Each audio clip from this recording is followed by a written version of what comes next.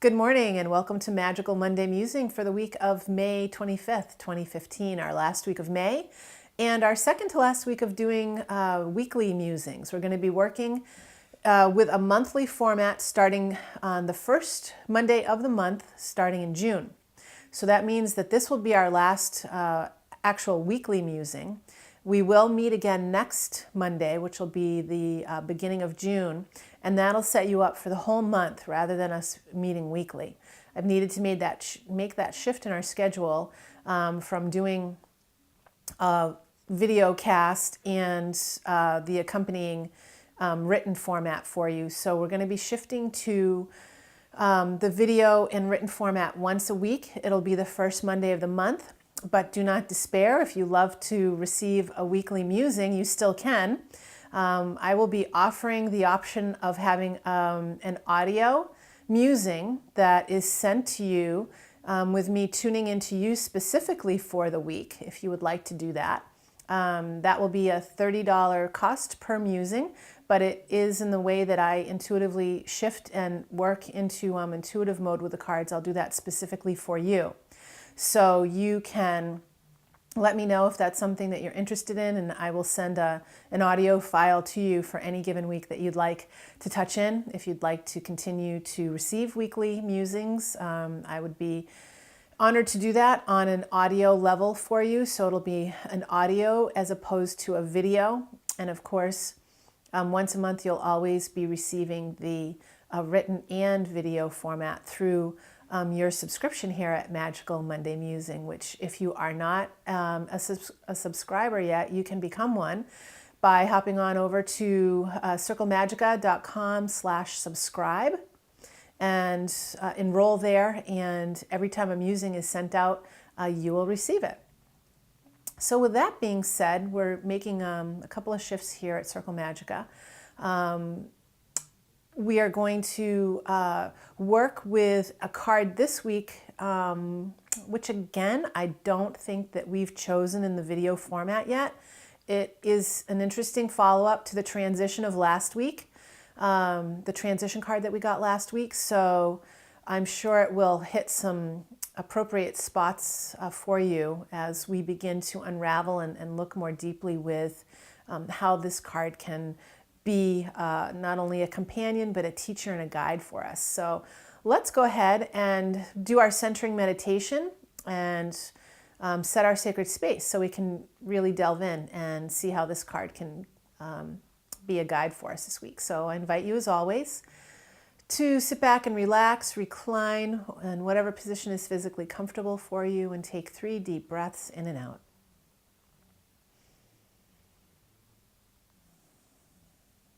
And as always the case, we use the breath as an anchor into the physical body and into the moment-to-moment awareness that enhances our ability to not only show up in sacred space for the Magical Monday Musing, but also to be more aware and present of spirit and the cards, the archetypes of the cards, and the energies that are within and around us. So as you use the breath to bring you into a greater sense of your physical awareness this morning, allow yourself to really give yourself this time, to really be in a concentrated way with it, releasing distractions or thoughts, concerns, any tensions or worries that you might have brought into your Monday morning for this time that we are together. Just allow those things to fall away. If a thought comes up, you can notice it and acknowledge it and release it. Allowing yourself to be grateful that you've brought yourself here into this moment of time to learn and to grow and to further your spiritual practice, working with the tarot and with your spirit guides and teachers and all of those who accompany us on this weekly journey. So deepening in your practice of letting go and simply being here.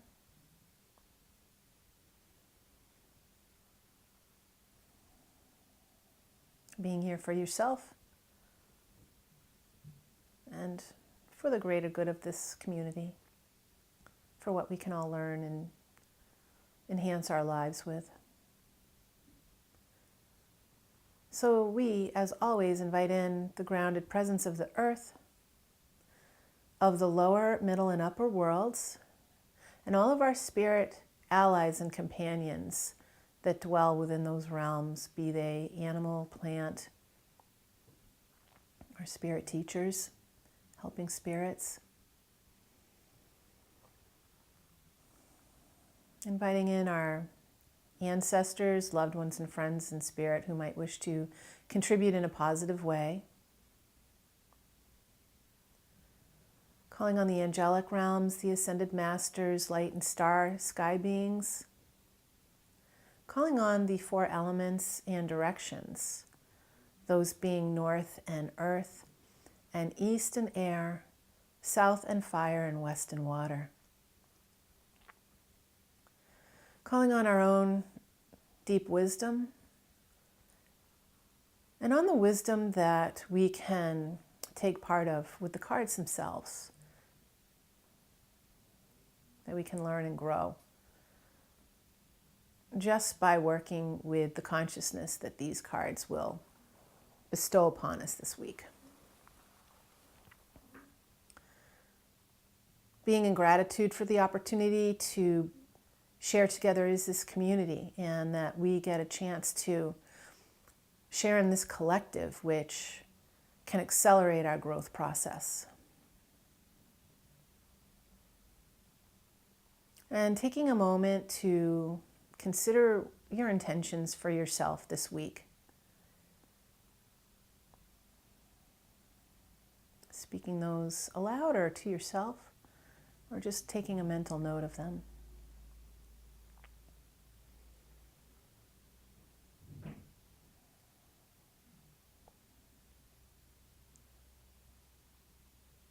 And so with all of this, now we give thanks, come back to the present moment, open our eyes and begin our practice together. And so mote it be.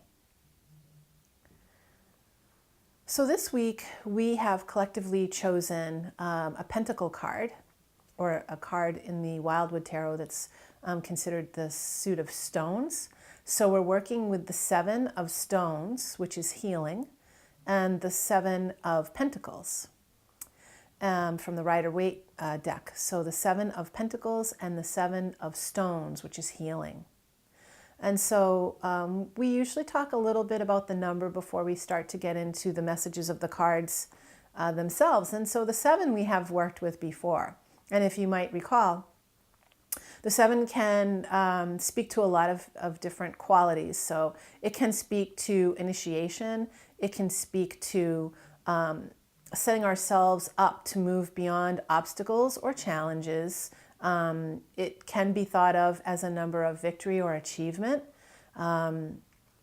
So we have also the aspect of 7 breaking down to the numbers of 3 and 4 of the spirit and matter, and the synthesis and the joining together of those to create a greater stability. So the 7 can be an influence in your week in a variety of ways that you can be on the lookout for. And as I describe the qualities as I have, you may already be doing your mental checklist of places where you can see that number in play in your life already. You know, some people think of 7 as a lucky number.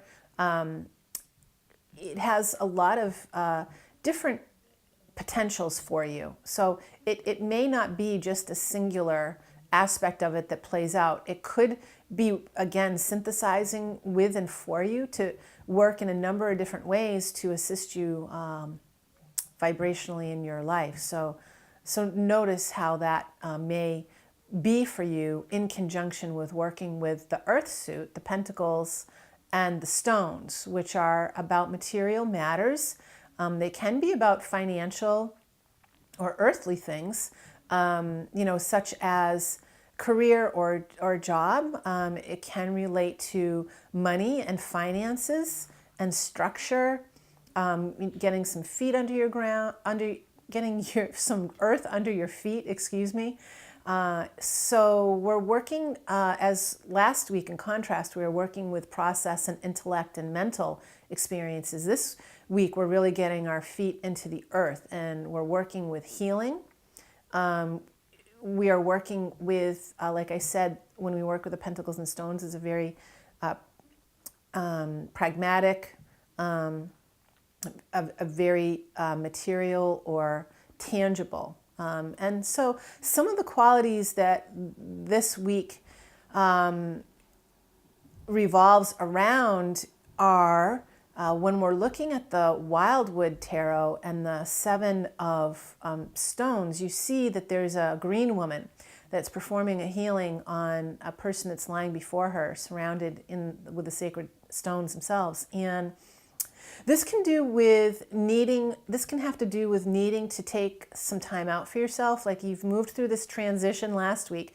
And again, like another aspect of that may be needing to regenerate and to switch it up a little bit.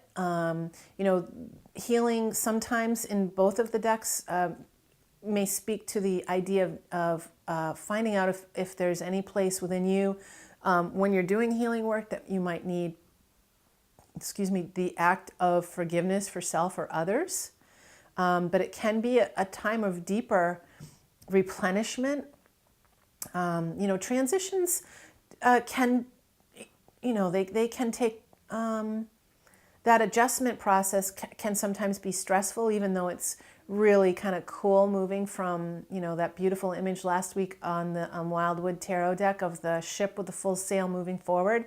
But a transition can be scary. It can require extra energy of you.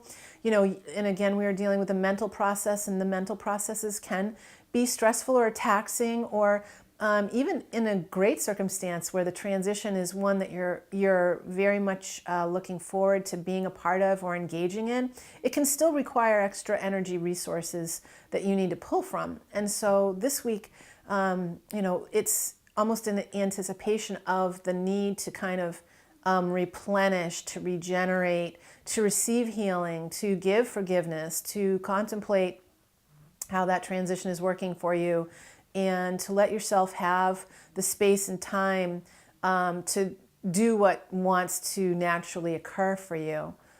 Soul regeneration is the key phrase in the Rider-Waite deck. And so, again, there's always, almost every week I find myself saying, where do we need to take stock? And so it is a good idea to do that regularly in our lives, to see where we're at. You look at the Rider-Waite deck and you see the gardener, and he's looking at his work so far, at what he's done, and he is taking a moment to pause, to consider. His plan is in place and things are coming along, but what's the next stage? Where do I want to go from here? How am I going to stay on target with what I'm doing? And sometimes, we get going in life and we can be going through transitions and changes, and we don't necessarily know where we're going. Sometimes things unfold in a more organic and a way that is not, down in writing, and in a way is that you're looking to the future as something specific has to manifest, and that's okay too. So just know that if you are in that transition process, but you haven't come up with like a 5-year plan, or there's not something like a singular thing that you're wanting to create or attain, that is perfectly legitimate and authentic as well. So you may be in an unfoldment, much like I feel like I am, where there is not an end game in sight. There is not a particular description of this place where I'm headed. It's more of allowing it to be apparent to me as it appears. So there's times for both of these things. And sometimes I want to say to those of you that are, working consciously and in a dedicated fashion to creating something that's clearly defined in your mind, and that you're really progressing diligently towards. Within that process does come this other aspect of how things will synergistically, or with a sense of It can be even play or that unfoldment as things become up in your consciousness or aware. So there can be that sort of spontaneity or moment-to-moment unfoldment even within the parameters of something that you feel quite deliberate about the energy you're placing into it and wanting to create. So it can always be a combination of these two sort of yin and yang energies, or that the fluidity through which you are attaining something concrete. So switching into intuitive mode, I feel like that is an important statement to be making to some of you this week. Because as we are influenced with our own personal evolutionary processes, and as we continue to evolve spiritually, what will happen to us is the way that we have traditionally gone about things will be enhanced. And for some of us, there will be quickenings. For others of us, there will be maybe shifts that are difficult to understand, or maybe we're being rerouted in a way that might at first seem unnatural, or maybe it might seem as something that wasn't planned, or something that surprises us, or something that creates an opportunity for us to really peel back the layers of experience, not by choice, but by the virtue of the configuration of these experiences that are coming to us. And so it would behoove us to give over, to surrender, whatever language that you want to use, to engage, to ride, to crest, to flow, fly, whatever it is, to be with the process, even though it might be something that was other than what you were consciously or mentally prepared for, or expecting, or planning. So I feel the forgiveness process is going to be essential for some of you this week too. And maybe redefining what self-forgiveness is. It could be grace, it could be gentleness, it could be kindness, compassion. It could be being supported in a new way so that you can allow yourself to be viewed by self in a different way. I am being reminded of and being prompted to speak in terms of some of the Buddhist teachings around compassion and self-kindness, and plucking that word should out of your vocabulary this week, so that the deeper healing that wants to occur can come. And I feel as though there are some of you that are trying to drive home for a particular result, and maybe circumventing or short-circuiting the opportunity for some healing that wants to come to you, which often means shifting gears and getting out of a particular more speedy or outward or physical way of moving through your day, and allowing opportunity and space for contemplation, reflection, breathing.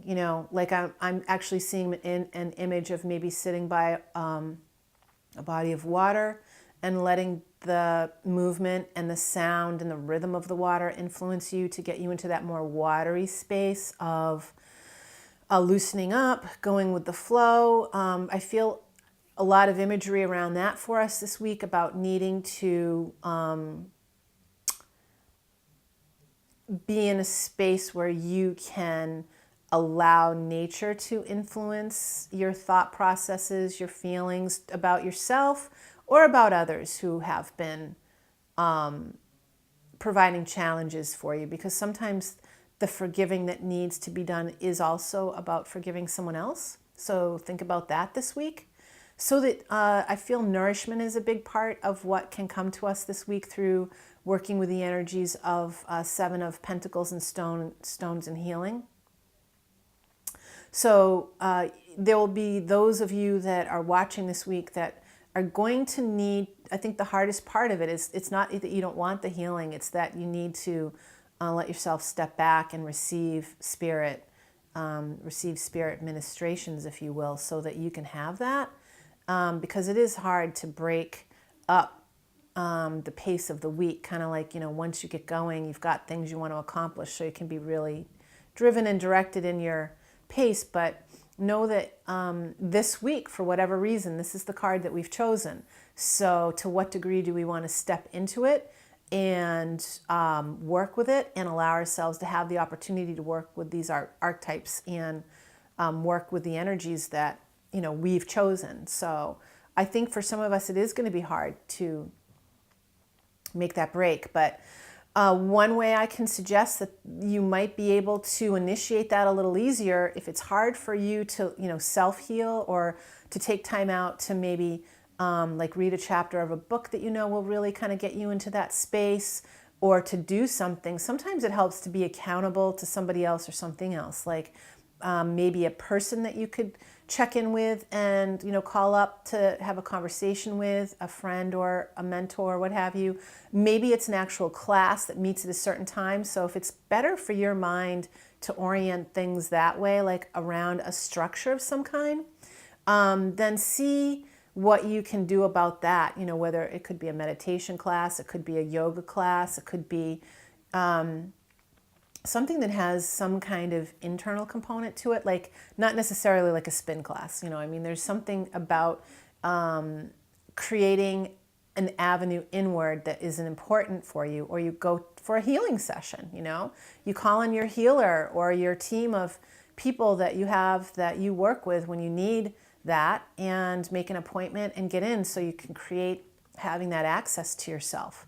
And so many of us will team up with nature as a force of healing. So, we've spoke about the water. For others of you, it might be just literally like making that connection with nature, upward and inward and downward, like the tree, right? And letting yourself have an experience of being in nature and asking for the healing that wants to come to you this week, to be able to come forward in an outdoor setting, whether you're on your own, ideally for this kind of healing. Some of us may want to be in companionship with another that can help kind of get us to that place. Sometimes that is a way to initiate a healing. So think about that. You always have your tools of your journal, of writing, or, again, communicating with other people that are allies on your healing path, who can be catalysts or nurturers or nourishers or whatever it is that deeper wisdom in you thinks that it needs to help go through this experience this week. So I'll see if there's anything else that wants to be said about healing and working with the pentacles and stones. Ceremony this week will be important for some of you. So there may be a ceremony of forgiveness or of compassion. I'm seeing flowers for some of you too. Like I'm literally seeing, like, again, when you work with flowers, to give thanks for that spirit that gives its essence to your healing work. But I'm seeing like hands that are taking blossoms and laying them in the water as a self-compassion ritual, like water being like a moving body of water, whether it's a river, a stream, an ocean, what have you. And it, like the flower could represent something that you want to bring kindness and healing to yourself with. Each flower represents one of those gifts that you want to give yourself. So that's a little ceremony for you this week. For those of you that feel called to do it, Spirit gives me those images for you, because there are those in our community that they'll help.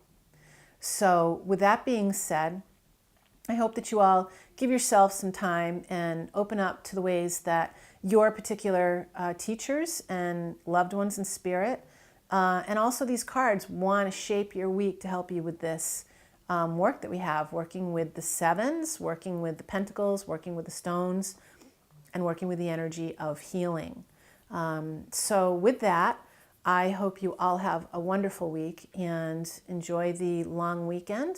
Here we are on Monday, the last day of the long weekend, for those of you that have been able to experience that.